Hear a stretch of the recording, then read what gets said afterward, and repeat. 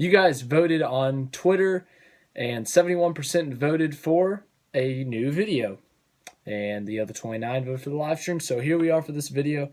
As you can read by the title, why NASCAR needs to go to single car qualifying. We'll talk about that here in a couple seconds. But first, I will not be here next week, no access to make videos.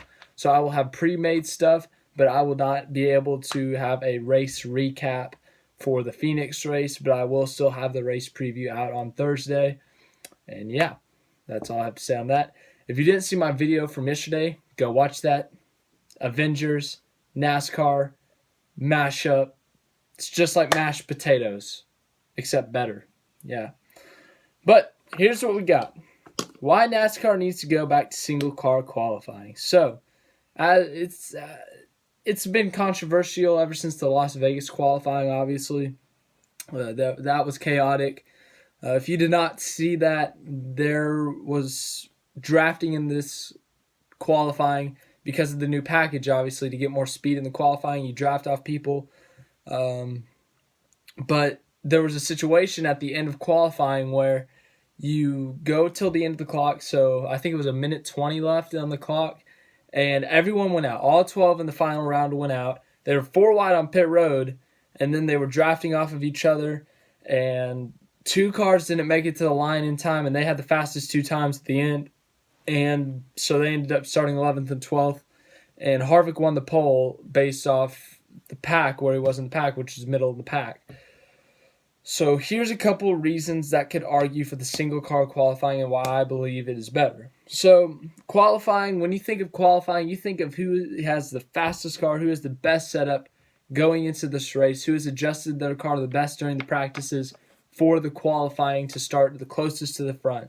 Qualifying, top speed, quickest lap.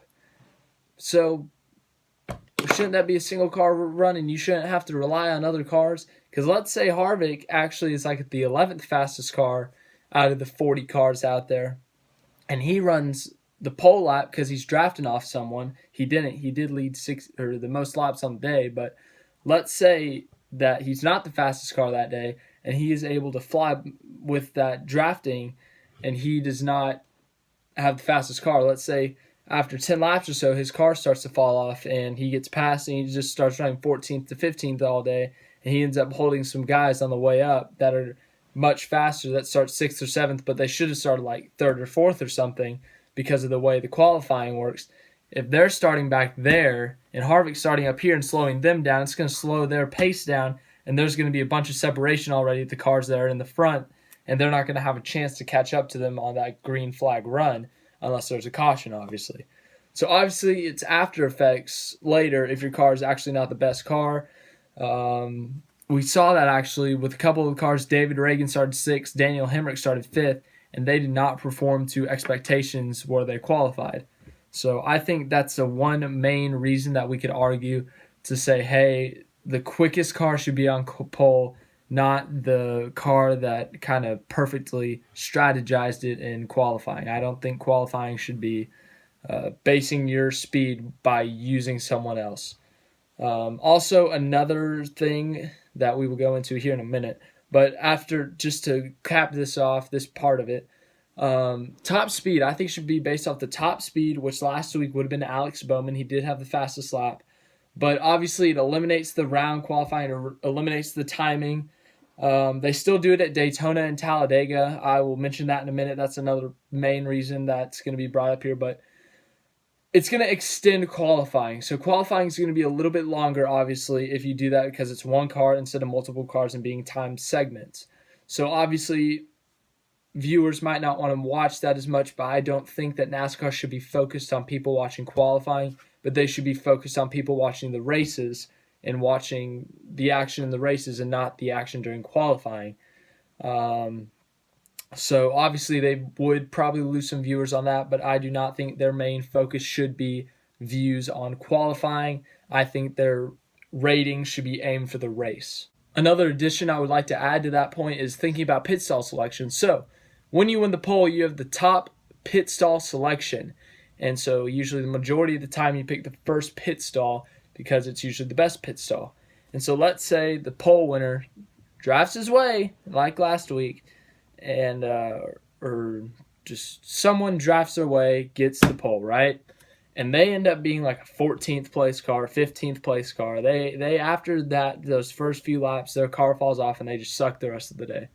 And so let's say it's a late race pit stop. Everyone comes down the pit, 25 cars on the lead lap, and they all come down. And this 16th place car is on the pole in the first pit stall. And let's say someone's coming out of the pit stall. They're in pit stall number 2 or 3, and they're running second and third still. And they're coming out, but the first pit stall guy's coming in. That's going to cause a giant mashup because he has to come in and he has to stop before this guy comes in. Or he has to stop because this guy has to come into the pit stall.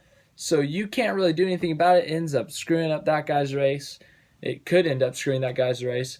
And it just messes with a bunch of things. So, yeah.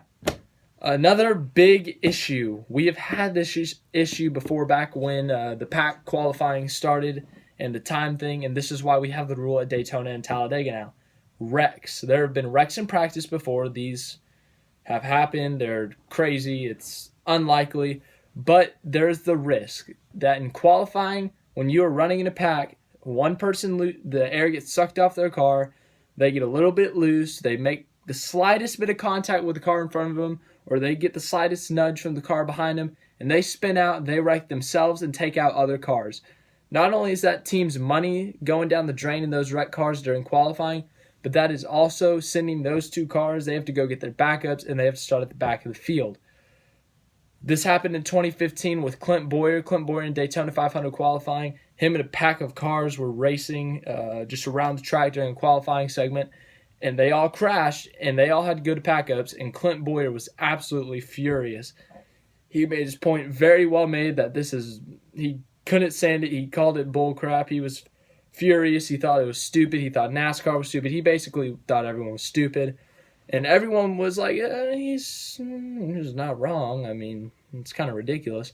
But obviously that is precious money for those teams. Those are expensive cars that are wrecked. Obviously there's a risk that they get wrecked every week, but you can also win a lot of money if you win.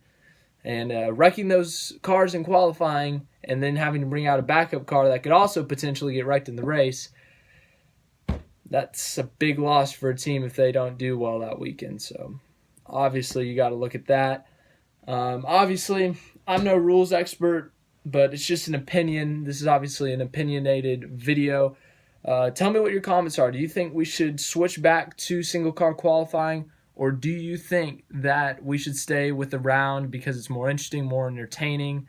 It's better for the viewers, shorter time for the drivers and crew chiefs to qualify.